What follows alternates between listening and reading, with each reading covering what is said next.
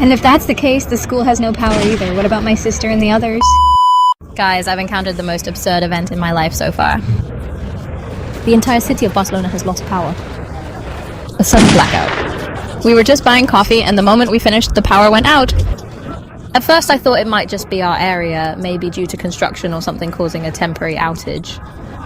But as we walked, we realized the blackout was spreading wider and wider. Including traffic lights. 120. My phone has no signal. All sorts of bad thoughts flashed through my mind. I just wanted to hurry home and pick up the kids first. But with no internet, I didn't even know which bus to take home. Finally found an empty taxi, but the driver refused to take us. The driver said he couldn't navigate back without GPS. Truly, when life gets absurd, you can't help but laugh. Right now, I'm more worried about the school.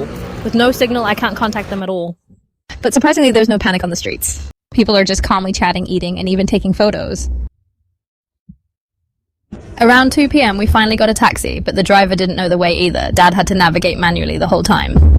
Just managed to reach Grandpa. He said parents are lining up at the school to pick up their kids. And because we can't light the stove, our gas is useless too. First the power went out, then the internet. Now we can't cook or even take a shower. At that point, I didn't care about anything else, just had to get home first. Also, I realized how crucial it is to have cash on hand in emergencies. At the school, they implemented a check-in system. You give a child's name, and the teacher brings them out. Sister's here.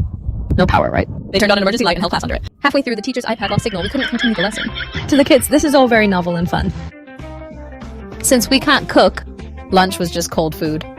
The ice cream lovers were thrilled, though, Because eating ice cream now was helping solve the household's problem. later the boys played soccer in the yard. Sister imitated her favorite idol's MV look and put together an outfit for herself. Dad and I opted for a nap instead. Maybe the power would come back by the time we woke up. I'm awake now. It's 5:44. Still no internet. But what surprised me is that even with no power, no internet, and school cancelled, The tutor still showed up on time for the kids' lessons. They're way calmer than us in emergencies. We're heading out now to find water. Online, people said supermarkets are already sold out. Luckily, it gets dark late here. Hopefully the power comes back before sunset.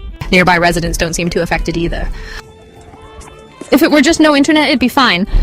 At worst, we couldn't scroll on our phones. But with no power, we can't use the gas or cook. And the fridge stuff is thawing. Worst of all, no showers. My little brain is overthinking. Found some water by the road, grabbed a quick sip. Sister volunteered to come with us to buy water. She said many hands make light work. The more we carry, the better. This supermarket's closed too. So much water we can't buy. When we found one still open, it felt like striking gold. They had water! In extreme situations, happiness really gets amplified. Just getting 2 bottles of water and some snacks. Even catching a bus home felt like a blessing. And these things too. Dinner's more cold food. The iPad still has battery. Time to draw for a bit. It's 8:07 now. Still no power or internet. I'm pulling out my old castle set to assemble. And just like that, we played from daylight to dark. Soon it was time for the kids to sleep. 9:18, everyone washed up and went to bed. The school said unless instructed otherwise, classes will continue even without power. Later I fell asleep. Then suddenly light woke me up. The power came back around 1 a.m. The biggest lesson from this historic blackout, always know your way around. At least the way home. No matter how convenient digital payments are, Always keep some cash handy. and stay optimistic.